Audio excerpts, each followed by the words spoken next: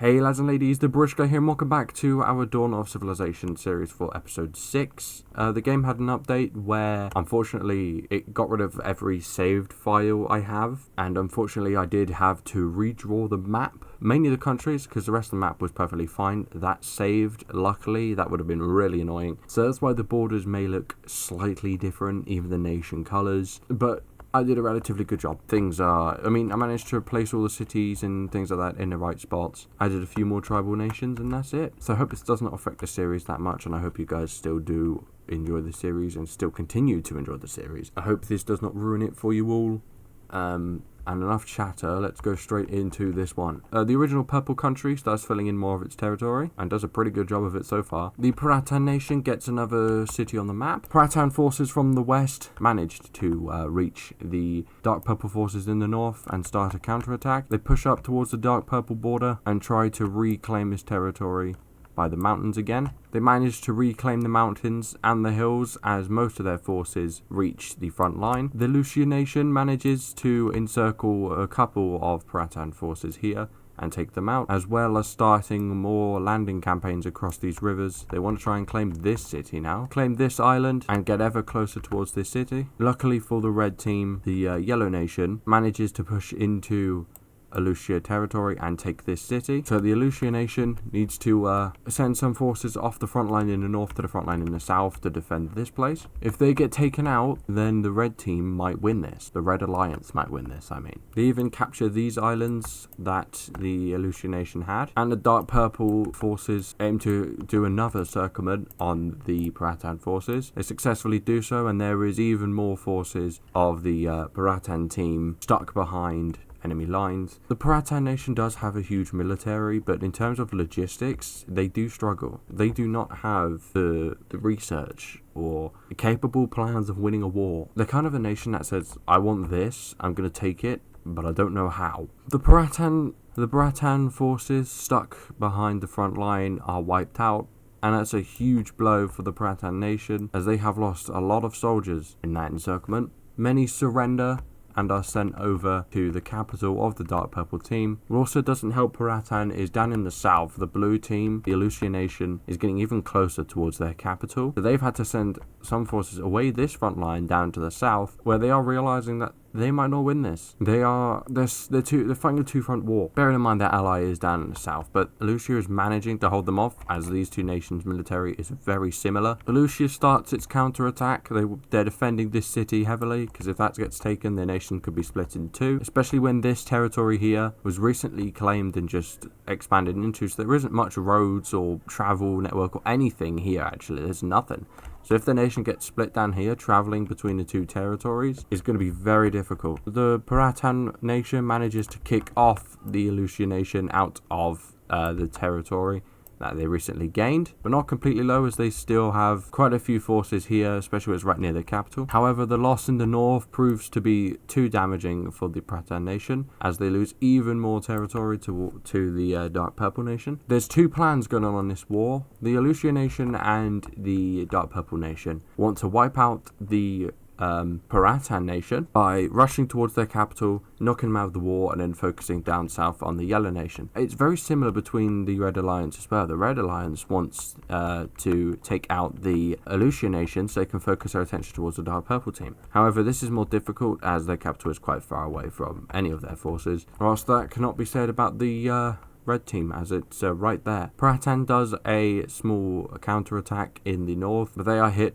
with fresh dark purple troops, and their counterattack is stopped. But there is more good news in the south, as Paratan does manage to take these two islands, push the Alucia nation even more away from their major cities. The yellow team does some small attacks along the coast. However, it doesn't go as successful as they are defending this city here, but they do take this island back and take those away from the Paratan team. Naval warfare during this time is basically terrible. It's like wooden boats, barely a boat. Another dark purple city is on the map right here. Dark purple team does another encirclement of the Paratan forces and once again wipes them out and continues its attack down south. The Paratan nation is very clearly going to lose this war. They keep being encircled, their troops keep being captured behind enemy lines. The Lucian nation is getting even closer towards the Paratan capital. The unified realm is either looking interested in joining the war to gain back the territory they lost. The red nation starts to struggle as the yellow team's forces also start to dwindle. The red team might be looking for peace. Some people are so scared of this war, in fact. Some people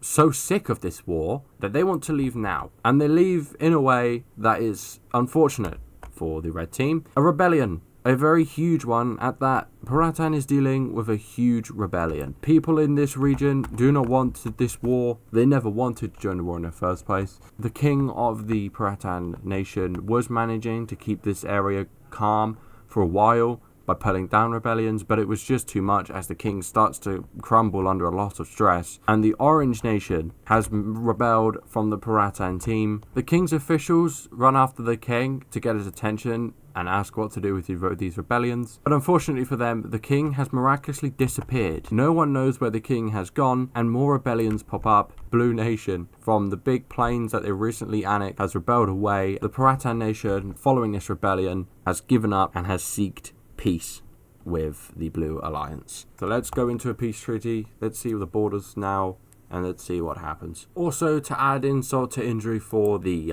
red team, as this peace treaty is happening, they have another split. This light blue nation is back, pretty much gaining all the territory they had before. Taking a look at this treaty, you can see that Paratan is not in a good state at all. So the blue team is back. This light blue team is back, but this yellow team does control their capital, this peninsula. However, the Aleutian Nation gave them this city in return. Much better. You can see here the Aleutian Nation gained quite a bit of land. They mainly based the border along the rivers, and you can see this disgusting mess of the rebellions that's happening. Very disgusting, and the Paratan Nation gets to keep this territory up here, but they have lost quite a bit to dark purple, and the brown team that caused this whole war is back. They don't have a city. I have a feeling that Paratan is not going to be able to keep this territory for that long. After the treaty ends with the Paratan officials, the yellow team leader, the dark team leader, and the Lucia king, more rebellions start to pop up, and they don't look like they are ending, as this place here gains its independence, taking this city away from Paratan team, meaning that the Paratan team does not have any access to this territory over in the north. It's even split in two because of this rebellion, meaning that it's even harder to control if they did have access to it. And because this territory is split, here is another rebellion.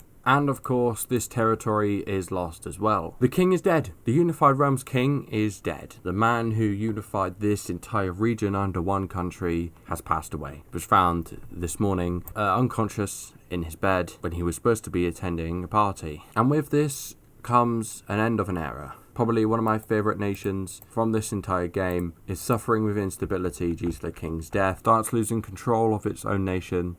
It loses control of its realm, and it comes crumbling down as a new nation. This light blue one in the north gains its independence away from the lime green unified realm. They gain this city and it becomes their capital. Many people in this union, they were fans with it. They weren't complaining about the union. And unfortunately, due to the king's death and there was no successor to the lime green throne, the whole unified thing fell apart. As this pink nation here gains its independence, this place was once independent itself, and it is now independent once again, and it's very, very huge. It's almost 5 times its size. Hey everybody, guess who's back? This green nation is back again, like its 16th rebellion or something. They got given their independence from the dark purple team, as the dark purple team does not want to suffer like all the nations around them, and their independence is granted once again. As more nations pop up around the map, people are calling this a new age after the war. People are calling this the age of collapse. You guys wanted this. You guys bought this. Remember the votes we did? Yeah. Age of Collapse won by absolute miles. I've checked everything, and it's like just constant Age of Collapse. You guys are evil. You guys are evil. You guys wanted this. Even the blue team, even the Aleutian Nation cannot escape a rebellion itself as well, as one has formed in their east as well. It seems every nation is suffering with instability after this war. It did a number on everyone, even people who aren't involved. Speaking of people who weren't involved in the war, this nation wasn't involved, but they suffer with a rebellion as well. This is well and truly the era of collapse, and it has begun. The age of collapse is so crazy that a rebellion is having a rebellion. This region of the world is becoming extremely messy. Even the yellow team can't keep itself together, as they have a rebellion in the west. Moving away from rebellions for a bit, the purple team starts to claim more territory, but the ideals of independence and rebellions grow too strong as they reach the southernmost continent at this point, and the purple team struggles with rebellion as more nations continue to grow and appear. Even the UKE is not safe, as the UKE is struggling with rebellion. This nation says no to joining the UKE, and so does this orange one over here. They are also still saying no. And rounding off this episode, we have a very big rebellion in the north of the dark purple team, as this very cold wasteland island and these islands over here gain independence from the dark purple team, as well this city which becomes their capital, and the northern coast of the dark purple team, as the age of collapse is well and truly underway now. Anyways, that's where we will leave this episode on our Dawn of Civilization series. This is where we'll leave episode 6. If you did enjoy, please do leave a like, subscribe, comment, share, all that stuff. I greatly appreciate it. Let me know if you've got any names for anything, whether it be continents, countries. Oh my, look at that. Whether it be countries, continents, anything like that. Do let me know in the comments below, and I will name them. If you've got any other game recommendations, whether it be horror, strategy related, or anything like that, or anything at all, do put them in the comments below and we'll have a look. Don't blame me why the map is disgusting. This is your guys' fault. You voted for the Age of Collapse, and here we are. Anyways, that is enough from me. I hope you guys have a great rest of your day, and have a good one.